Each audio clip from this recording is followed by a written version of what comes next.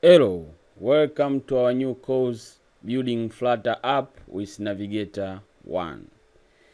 So in this course, we learn about Navigator 1 and what the building blocks of Navigator 1 we learn in this course, and I will end up this course with building a very simple application using Navigator 1. So our main focus in this course will be about Navigator 1, the way to navigate between pages in Flutter applications. So we learn more about Navigator 1, and we end up with building a very simple app, Flutter app, that using Navigator 1. So we focus on navigation only. So we won't focus about how we interact with data, how we save, how we retrieve data in Flutter applications. We interact how to navigate from one page to another. So that is our main goal in this course. So let's go and see what we'll be learning in this course. So first, I will introduce to the course, and I will tell you more what you should be expecting at the end of the course.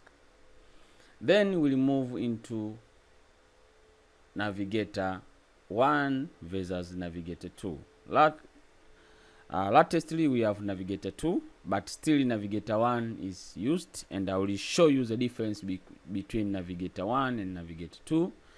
And if you're a beginner, I hope that you will start with Navigator 1. Once you okay with it, then you can move to Navigator 2. So I will explain the difference on that part. Then we'll move into Navigator widget, that will learn more about this Navigator widget. What is it? And we'll know more about it. Then we'll move into overlay class, which is working end in end with Navigator.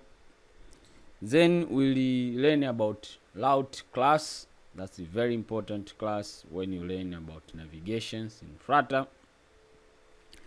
Then we move into this important method called the push method. That is a one way of navigating from one route to another route.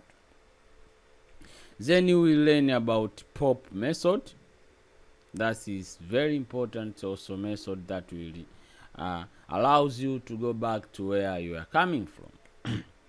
Then we'll move into route settings if you want to add more information once you navigate from one route to another route.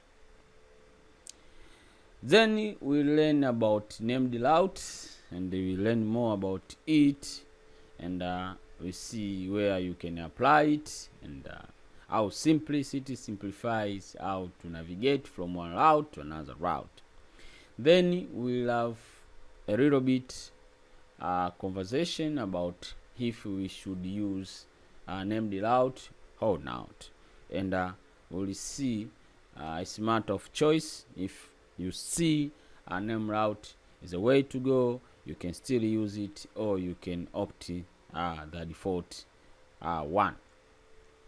Then we'll learn how to retrieve results from the route, okay, and we'll learn about page route builders. You see how we can create our own transitions, our own way of modify the default behavior of navigating from one route to another route using this page route builder. So you can modify you can change the default behavior. If you don't like the one that you are going to see it, you can change using this page route builder. So here you can add some animations, you can switch off some transitions. There is a lot of issues we're learning from this class.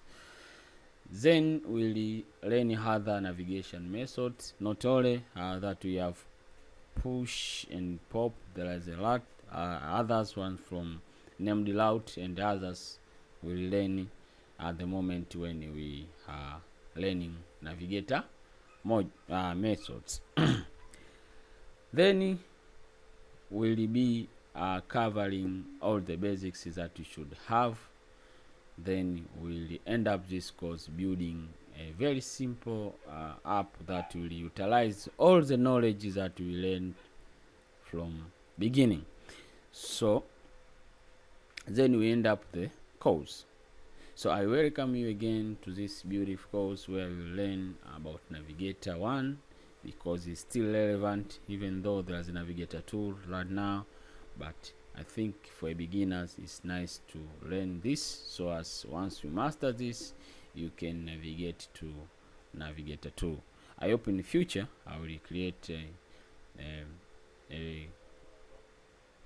a course which explain about Navigator 2. So welcome you all this course. I hope you'll enjoy. Till next time when we meet. Bye bye.